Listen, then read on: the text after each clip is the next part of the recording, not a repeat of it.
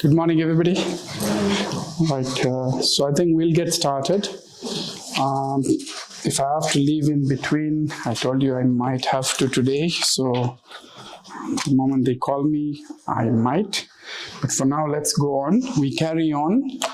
We are still discussing hand instruments. I think we did talk about dividing them into atraumatic or non-traumatic. We divided them into traumatic and we divided them into semi-traumatic, if you remember. And we had given you descriptions of how to differentiate these three and descriptions of how to use them.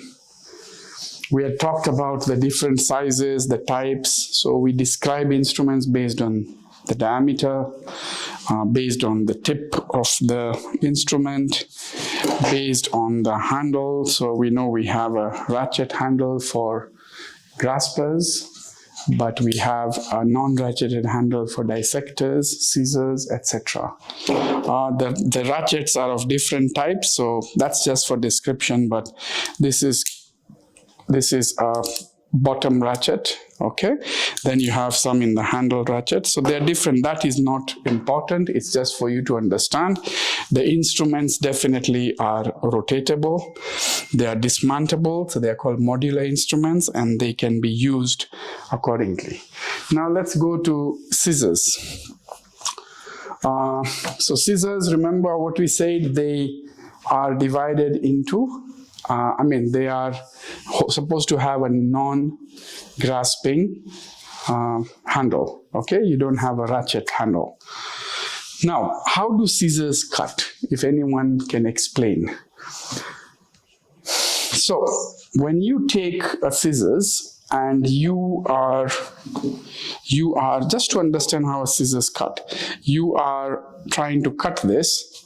So as you cut, first you would take this and the scissors blades would come in touch with the thing that you want to cut. Am I right? Tissue that you want to cut. So that's called engagement. It engages first.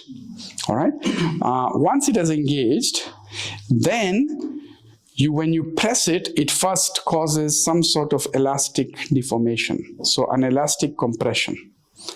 Then it will reach a point where the tissue cannot be compressed any further.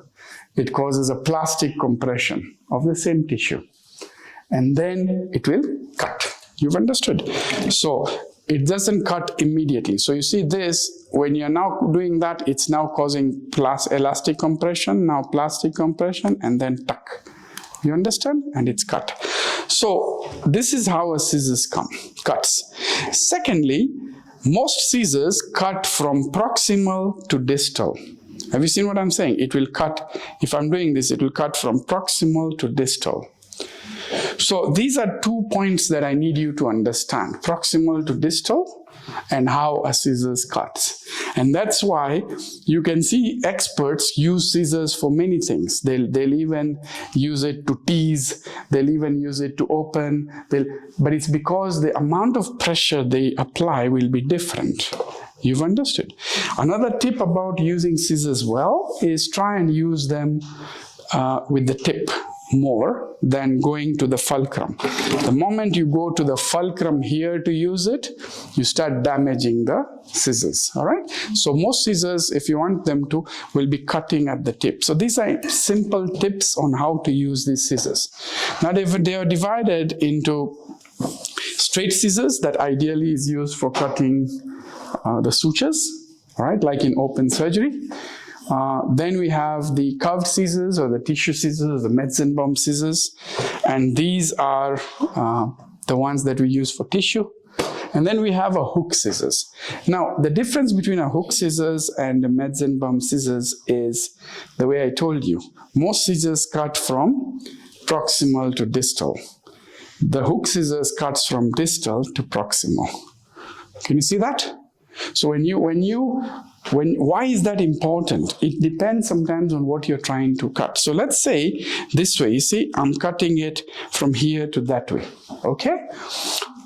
Now, let's say there is a very fine tissue somewhere like a ureter. So you go there, you have a ureter here, you go and touch with the hook scissors and you go and hold what is maximum, and it will cut backwards, not forwards. Have you understood? So you have less risk of going close like this to the tissue. You go where you want, hold it, and then it cuts backwards. You've understood the difference? So it can be used for such type of scenarios as well, okay? We now obviously will also, this is instruments. Let me look for another one where we have all the different instruments. These are all instruments. This is just to show you a few pictures.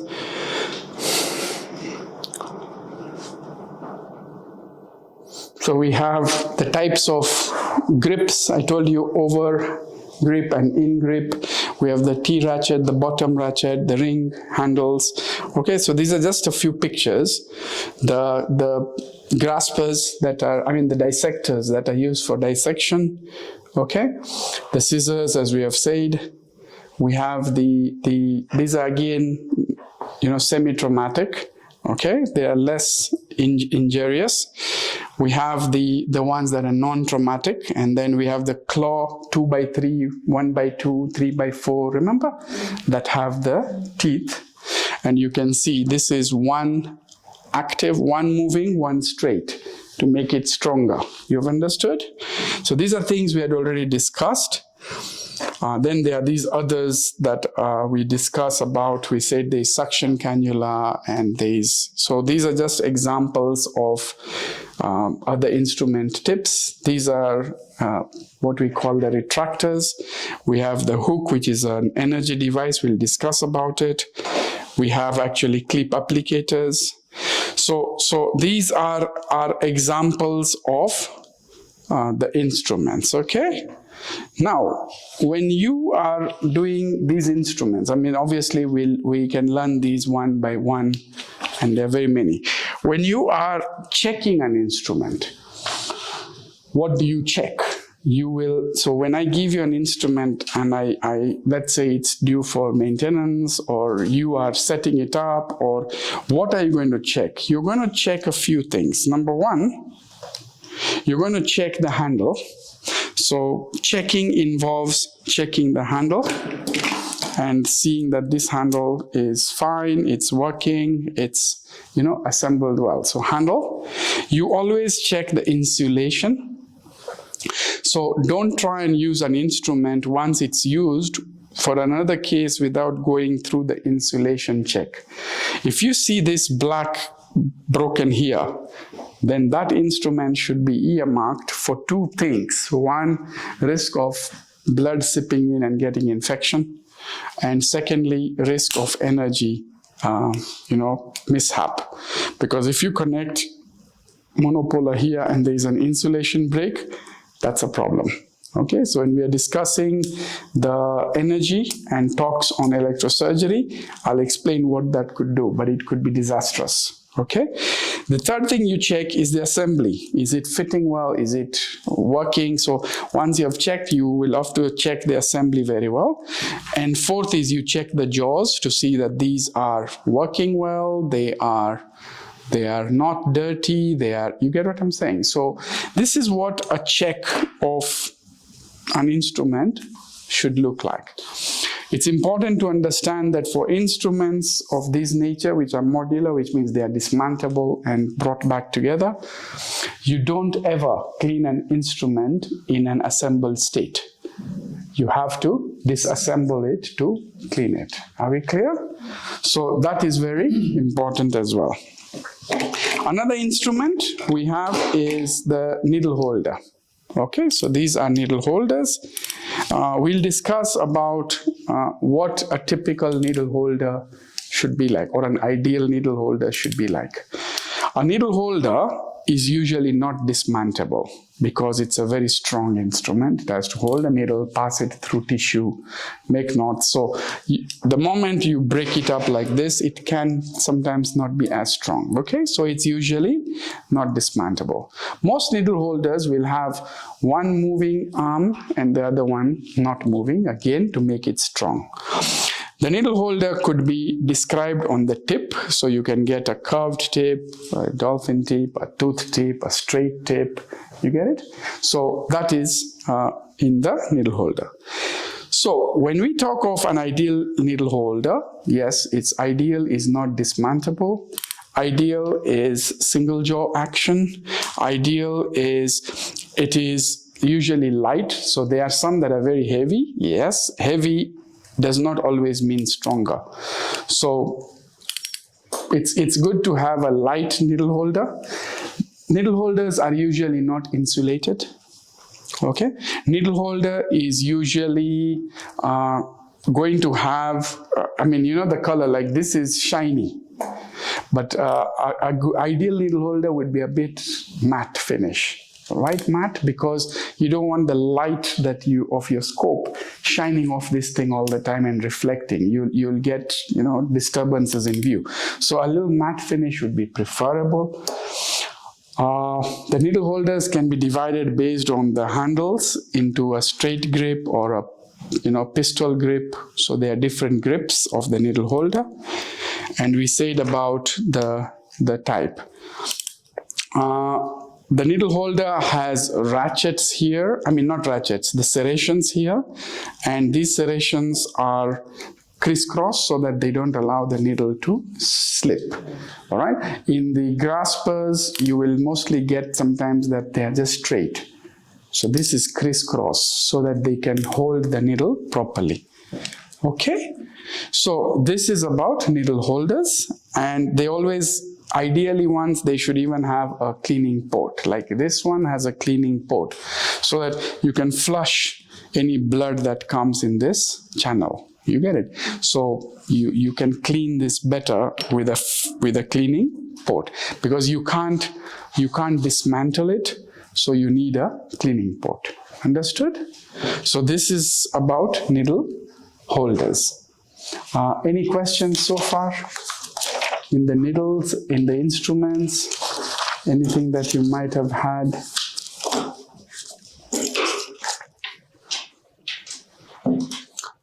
So obviously instrument care and sterilization is a different topic. We'll see when to cover it, but for now, I think I've covered most of the routine instruments that we would use, okay? What is not covered is equipment. Now that is where I was supposed to go to theater and demonstrate. We'll do it the next visit, where we look at the insufflator, the camera head, the camera processor, the electrosurgical unit, that kind of thing. So we'll look at that next visit, okay? Okay. So we'll start with something called ergonomics. We will cover the port placement and access in the next topics. Ergonomics is very important. I'm sure I'm not going to be able to finish ergonomics talk today, but it's very important.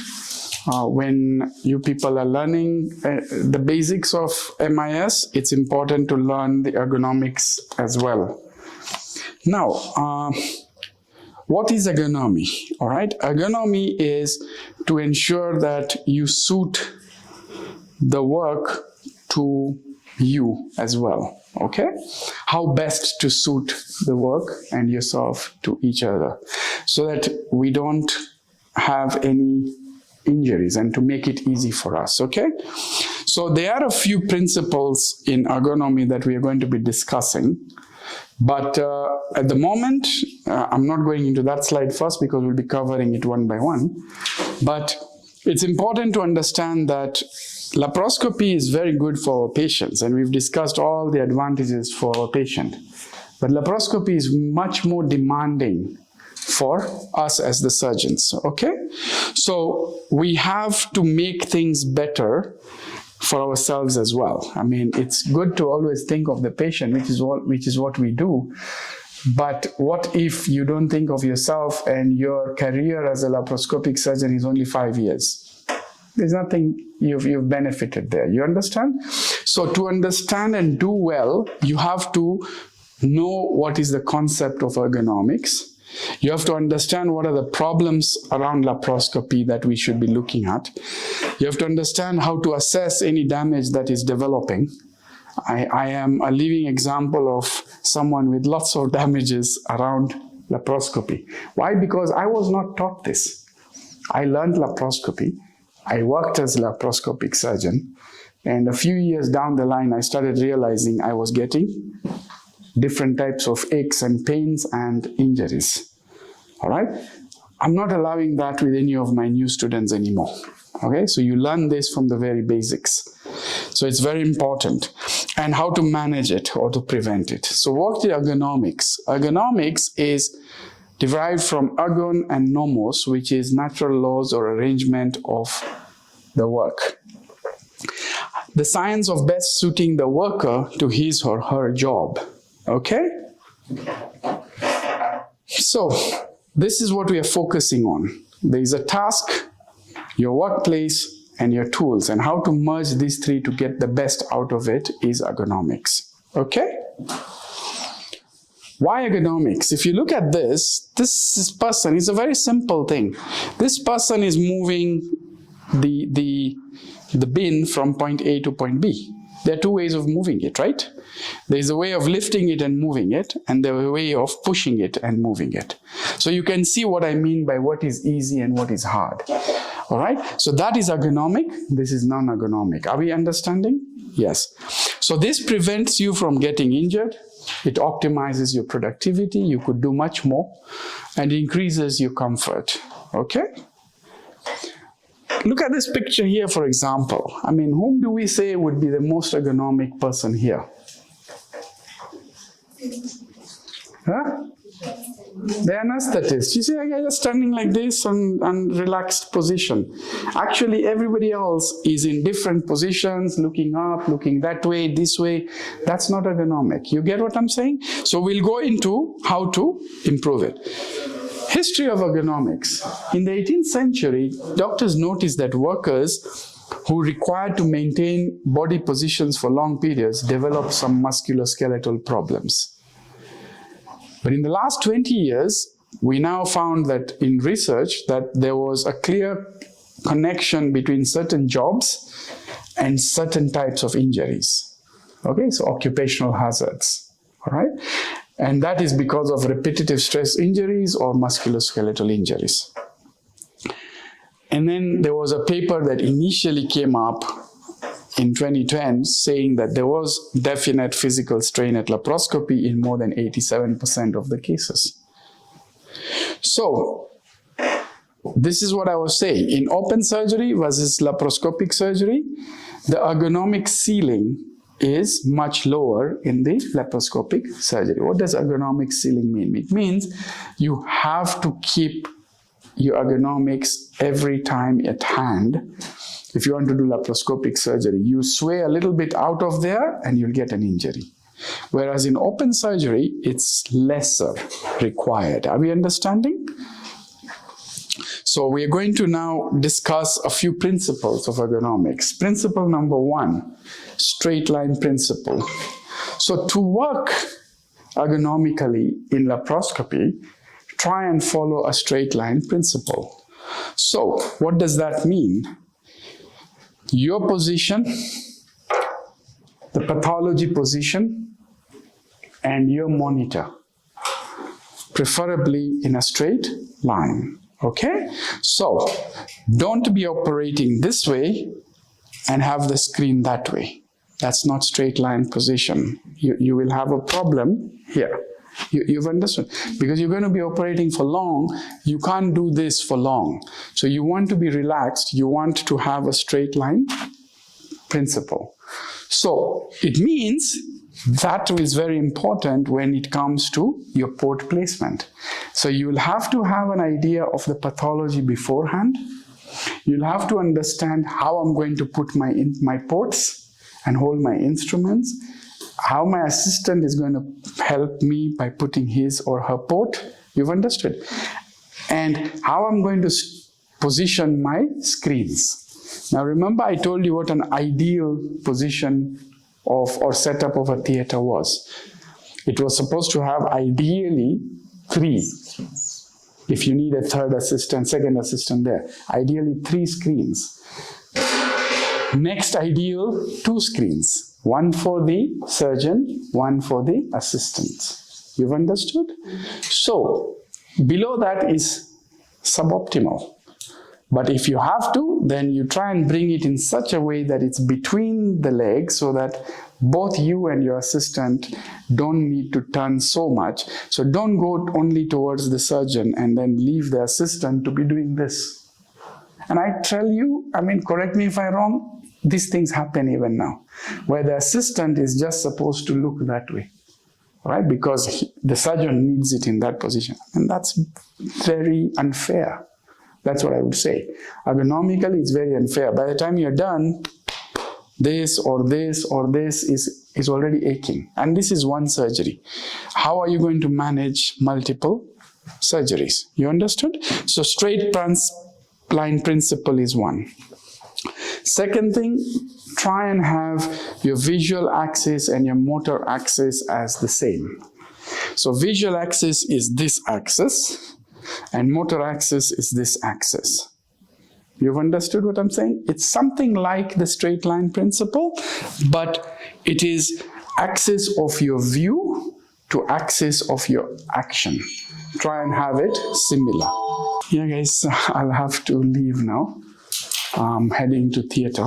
So I know we had this planned for now, but yeah, the emergency is not going to allow me to continue. I shouldn't take too long, but then I know by 8 we'll anyway break up. If you want me to take it to 8:30, no, but let's do it. Let's do it next time. Let me not sure. I'm still starting. I can't. Let's not predict things. Okay. So let's meet next week. Mostly again Monday. That works with, yeah, at least works with my team. So Monday we'll continue with this. Finish the one in theater. So Monday you can come with your scripts. Okay. And then. So you pass it on that you come with your clean scrubs. We'll move into theater unless we have a case in the morning.